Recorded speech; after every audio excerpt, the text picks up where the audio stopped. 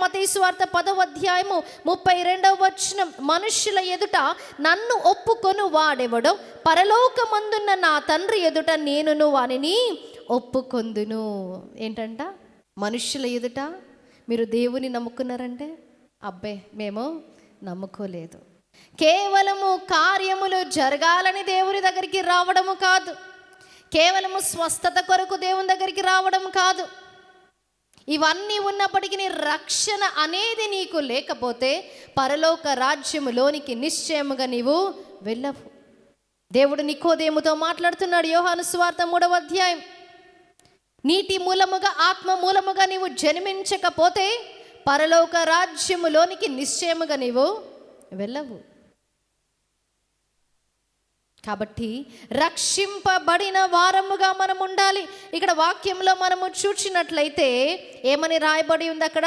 మనుషుల ఎదుట నన్ను ఒప్పుకొను వాడెవడో పరలోకమందున నా తండ్రి ఎదుట నేనును వాని ఒప్పుకొందును. మనుషుల ఎదుట ఎవడు నన్ను ఎరుగననునో వానిని పరలోకమందున నా తండ్రి ఎదుట నేనును ఎరుగనందును. వాక్యం వింటున్నారు కదా? మనుషుల ఎదుట నీవు ఒప్పుకుంటే అక్కడ ఏమని రాయబడి ఉంది? పరలోకమందున నా తండ్రి ఎదుట నిన్ను నేను ఒప్పుకుంటాను. ఒకవేళ నువ్వు ఒప్పుకోలేదనుకో, దేవుడు కూడా ఒప్పుకోడంట. అంత్య దినములలో అనేకులు ఎలా ఉంటారంట? విశ్వాసం యందు సడలిపోయేవారుగా ఉంటారంట. ఏదైనా కార్యము జరిగినప్పుడు విశ్వాసములో చాలా బలపడతారు, సాక్ష్యాలు చెప్పేవారుగా ఉంటారు. కానీ ఆలస్యం అవుతున్న కొలది విశ్వాసం యందు సడలిపోతారు. కానీ దేవుని యందు మనకేముండాలి? విశ్వాసం ఉండాలి. ఆయనకు భయపడే వారముగా మనం ఉండాలి. మత్తయి సువార్త 7వ అధ్యాయంలో ఇక్కడ మనము కొన్ని మాటలని చూస్తాం. మత్తయి సువార్త 7వ అధ్యాయము 21వ వచనము నుంచి మనం చదువుకుందాం. ప్రభువా ప్రభువా అని నన్ను పిలుచు ప్రతివాడును పరలోక రాజ్యములో ప్రవేశింపడు గాని పరలోకమందున నా తండ్రి చిత్త ప్రకారము చేయువాడే ప్రవేశించును. ఏంటంట? ప్రభువా ప్రభువా నన్ను పిలుచువాడు, నా నామములో పాటలు పాడువారు, ప్రవచనాలు చెప్పేవారు, వీరందరూ కూడా ఏమని రాయబడింది ఇక్కడ? ప్రభువా ప్రభువా నన్ను పిలుచు ప్రతివాడును పరలోక రాజ్యంలో ప్రవేశింపడు కానీ పరలోకమందున నా తండ్రి చిత్త ప్రకారము చేయువాడే ప్రవేశించును. అనేకులు పిలుస్తారు కానీ వారిలో ఏమీ లేదు, నిజమైన రక్షణ అనేది లేదు.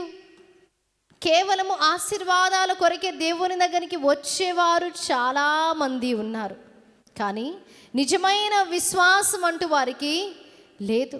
అందుకే అక్కడ రాయబడి ఉంది, దేవుని చిత్తానుసారముగా జరిగించువాడు. ఆ తర్వాత వచనం, ఆ దినమందు అనేకులు నన్ను చూచి ప్రభువా ప్రభువా మేము నీ నామమున ప్రవచింపలేదా, నీ నామమున దయ్యములను వెళ్ళగొట్టలేదా, నీ నామమున అనేకమైన అద్భుతములు చేయలేదా అని చెప్పుదురు. అప్పుడు నేను మిమ్మును ఎన్నడను ఎరుగను, అక్రమము చేయువారులారా నా యొద్ద నుండి పొండని వారితో చెప్పు.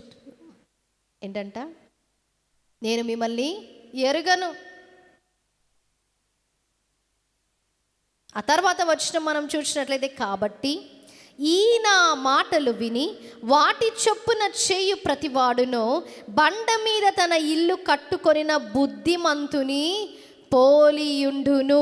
వాన కురిసెను, వరదలు వచ్చెను, గాలి విసిరి ఆ ఇంటి మీద కొట్టెను గాని దాని పునాది బండ మీద వేయబడెను గనుక అది పడలేదు. క్రీస్తనే బండపై మనము కట్టబడాలి. వాక్యం అనే పునాది, ప్రార్థన అనే పునాదిపై మనము కట్టబడాలి. ఇవి రెండు లేకుండా కేవలం ఆశీర్వాదాల కొరకు, దీవెనల కొరకు, స్వస్థతల కొరకు మనము దేవుని దగ్గరికి వచ్చినట్లయితే పరలోక రాజ్యములోనికి మనము ప్రవేశింపలేము.